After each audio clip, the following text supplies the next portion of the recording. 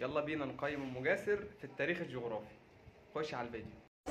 يا حاجة، هو انت كنت بتحضري حصة الدراسات؟ يا لهوي، ده انا اموت في الجغرافيا. عليها خفة دم، تقدر ترسم الابتسامة على وشك من أول ثانية. بصي، خريطة على السريع اهي. دي ايه؟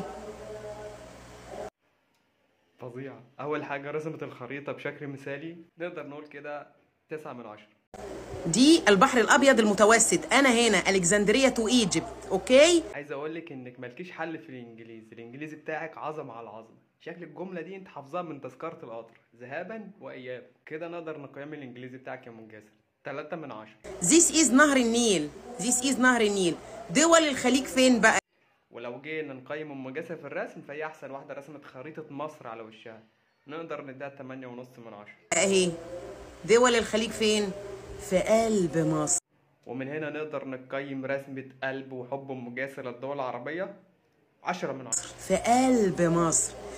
دراسات ولا مش دراسات ده؟ يا متعلمة يا بتوع المدارس. ومن هنا انتهت الدراسات الجغرافية من أم جاسر. ولو عجبتكم الحلقة قيموها كم من 10 في التعليقات.